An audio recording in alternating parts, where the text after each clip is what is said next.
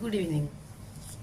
যে কথাটা বলছিলাম, আচ্ছা, মানুষের বয়স বাড়লে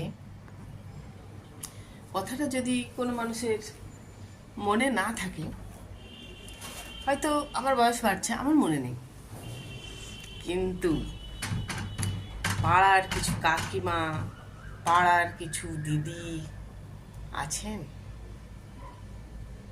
কি বলতো, তারা কিন্তু ঠিক মনে পড়িয়ে দেবে যে তোমার বয়স হচ্ছে, তোমার এগুলো মানায় না, তুমি মজা করতে পারবে না, বেশি হাসতে পারবে না, বেশি কথাও বলতে পারবে না, তোমার অত বড় ছেলে মেয়ে আছে, কেন তুমি হাসবে, কথা বলবে, রিলস বানাবে, ফেসবুক করবে, হোয়াটসঅ্যাপ করবে, কেন করবে?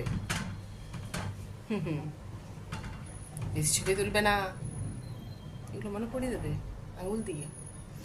কিন্তু আমাদের জেনারেশনে আমরা কিছুজন আছি এত ছ্যাঁচড়, কি বলবো, নাচড় বাংলা। বয়স হয়েছে, আমরা মানতেই চাই না, আমাদের মানে আমরা একই আছি শেষ দিন পর্যন্ত।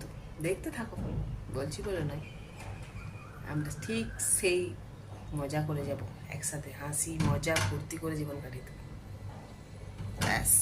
জীবন আর কিচ্ছু চাই না, এটুকুই তো দরকার।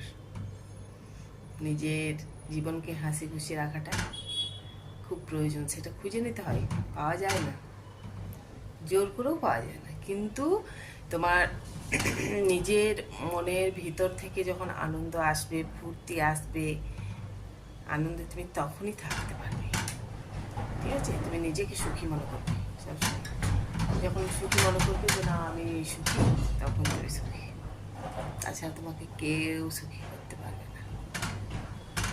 তাহলে কারো কথায় কান দেওয়ার দরকার নেই, বয়স বাড়ছে বাড়ুক, হাসি মজা চালিয়ে যাও, আনন্দ থাকো, খুশি থাকো, এটা